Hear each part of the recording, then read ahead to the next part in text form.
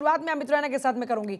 अमित रैना, बदलते कश्मीर की बात की जा रही है और क्योंकि आपने खुद वहां पर संघर्ष किया, आपने वहां के हालातों को देखा, आज खुद प्रधानमंत्री मोदी वहां पर पहुंचे, मोदी की गारंटी की बात करें, कितना भरोसा है उस पर? बिल्कुल भरोसा। पिछले 4 साल में जो हमने बदलाव जम्मू कश्मीर में देखा और खासकर घाटी में देखा है, तो उससे तो भरोसा और सुदृढ़ होता है और ये यकीन हो जाता है कि जम्मू कश्मीर अब प्रगति की राह पे है, जम्मू कश्मीर शांति की राह पे। और जितने भी वादे किए गए, देखिए प्रधानमंत्री ने एक बहुत ही महत्वपूर्ण बात कही। कहा कि एक समय था जब 370 के कारण जम्मू कश्मीर में जो भारत में जो प्रोग्रेसिव लॉज आते थे, जो इम्प्लीमेंट होते थे, वो जम्मू कश्मीर में नहीं लगते थे। आज भारत, शेष भारत के लिए जो कानून है, उनका उद्घाटन जम्मू कश्मीर से हो रहा है। तो ये बदलाव का इतना बड़ा संकेत है और ये दिख रहा है, जम्मू कश्मीर की ग्राउंड रियलिटीज में दिख रहा है। आप पहले देखेंगे तो लोग प्रधानमंत्री या किसी भी बड़े नेता की जो रैली होती थी उसमें मुंह छुपा कर जाते थे, डर कर जाते थे कि कौन देख ना ले, आतंकवादी ना देख ले, पहचान ना ले अलगाववादी। मगर आज खुलकर हमारी बेटियां, हमारी बहनें, हमारे भाई, हमारे बच्चे खुलकर आ रहे हैं, प्रधानमंत्री से बात कर रहे हैं, अपनी उपलब्धियां बता रहे हैं। तो साफ दिख रहा है जम्मू कश्मीर में बदलता जम्मू कश्मीर, नया जम्मू कश्मीर साफ दिख रहा है। गौतम सेठ साहब, आपके पास आते हुए, मोदी की गारंटी पर वहां की जनता भरोसा कर रही है, ये बात खुद अमित रैना कह रहे हैं। वो कह रहे हैं कि आज हालात बदले हैं, आज तस्वीर बदली है, आज युवाओं में सरकार को लेकर भरोसा बढ़ा है। देखिए, 2 मिनट आपसे लेना चाहूंगा। नरेंद्र मोदी जी ने अगस्त 2019 में जब मखमल के दस्तानों में छुपे हुए लोहे के हाथों से अलोकतांत्रिक तरीके से यह फैसला लिया था और इस फैसले के बाद बड़े बड़े दावे जो किए गए, एक लोकतांत्रिक देश में उसके राज्यों के फेडरल स्ट्रक्चर में जो पहचान होती है वो चुनाव करवाने से की जाती है। सबसे बड़ा सवाल जो देश प्रधानमंत्री नरेंद्र मोदी जी से लगातार पूछ रहा है, पूछता रहेगा, कि आप बताइए कि 5 साल से आप जम्मू कश्मीर में असेंबली के चुनाव क्यों नहीं करा पाए? क्या आप डिक्टेटरशिप को प्रमोशन दे रहे हैं?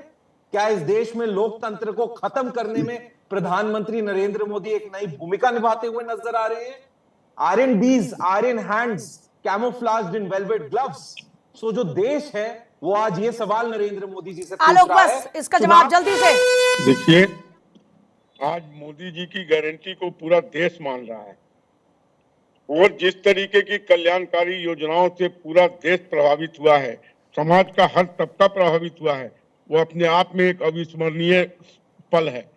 और जम्मू कश्मीर जिसके हालात कैसे थे, कोई जाने से डरता था, नाम लेने से डरता था, आज वहां सुकून चैन की जिंदगी जी रहे हैं लोग।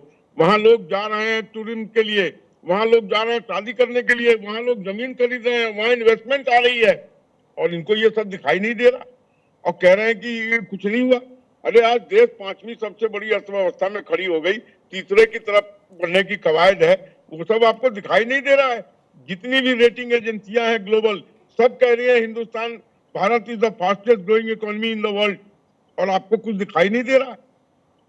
ये सारी जितनी भी योजनाएं हैं और जितना काम नरेंद्र मोदी जी ने 10 साल में किया, वो किसी भी सरकार ने अपने 60 साल में नहीं किया है।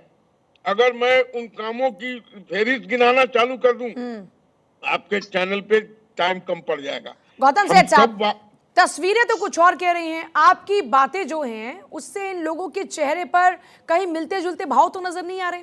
आप कह रहे हैं असंवैधानिक तरीके से, आप कह रहे हैं कि गलत तरीके से, वो गलत तरीका लोगों के चेहरे पर नजर क्यों नहीं आ रहा? वहां तो एक चेहरा खिला हुआ नजर आ रहा है। ये रैली में बैठे लोग कहीं बाहरी तो है नहीं, वहीं के लोग हैं।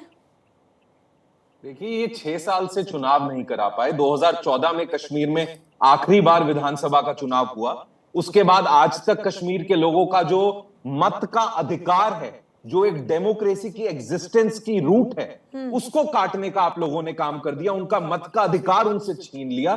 लोग अपनी सरकार को चुन नहीं सकते। चुनाव आ रहे हैं, आप आने दीजिए, आपको आज चेहरे खिलखिलाते हुए जरूर नजर आ रहे हैं, लेकिन जम्मू कश्मीर के लोग भाजपा को और खासकर से इस देश के उस अलोकतांत्रिक डिक्टेटर को जिसने उनका मत का अधिकार उनसे छीनने का काम किया, उसको जवाब देने जा रहे हैं। चुनाव के रिजल्ट्स में इसको आप तब्दील होता हुआ देखेंगे। अमित रैना साहब, ये अलोकतांत्रिक तरीके की बात कर रहे हैं आप तो खुद, क्योंकि वहां के हैं और वहां की जनता की नब्ज को जानते हैं, वहां की जनता के मुद्दों को जानते हैं। क्या जवाब देना चाहेंगे गौतम सेठ को? कहने कि वहां की जनता जवाब देगी, चुनाव जैसे ही होगा तो पता लग जाएगा कि ये खिले हुए चेहरे किसकी तरफ है। देखिए, ये पहली बार नहीं कि जम्मू कश्मीर में एक लंबे अरसे तक इलेक्शन नहीं हुआ है। ये शायद प्रवक्ता कांग्रेस भूल रहे हैं कि 1987 के बाद 9 साल के बाद 1996 में इलेक्शन हुआ। कांग्रेस के रूल के टाइम ही इलेक्शन नहीं हुआ क्योंकि कश्मीर के हालात वैसे थे। और पिछले 75 साल में जो कश्मीर में अनार्की रही है, उस अनार्की को आज रिवर्स किया जा रहा है। और उसमें देखिए, मेरा व्यक्तिगत मत जरूर है कि कहीं ना कहीं इलेक्शन होना चाहिए, एक डेमोक्रेसी है। मगर आप सच जाने, अगर लोगों की जो इच्छा है, कोई भी इलेक्शन नहीं चाहता है क्योंकि जो डेवलपमेंट उनको पिछले 3-4 साल में दिख रहा है वो 75 साल में नहीं दिखा है। तो लोग खुश हैं कि इसका क्या जवाब है गौतम जीने का सेठ? स्तर बेहतर होता जा रहा है, उनका जीवन का स्तर बेहतर होता जा रहा है। और दूसरा, शायद ये भूल रहे हैं, जो असंवैधानिक बात कर रहे हैं, सुप्रीम कोर्ट ने एक डेडलाइन दे रखी है सितंबर 2024 की, जिसको लेकर अटॉर्नी जनरल ने सुप्रीम कोर्ट में हल्फनामा भी दाखिल कर दिया है कि सितंबर 2024 तक इलेक्शन हो जल्दी जाएंगे। से तो ये इलेक्शन लड़ ले और आगे बात गौतम कर सेठ, लें। जल्दी से देखिए अमित जी की जो चलिए सुप्रीम मैं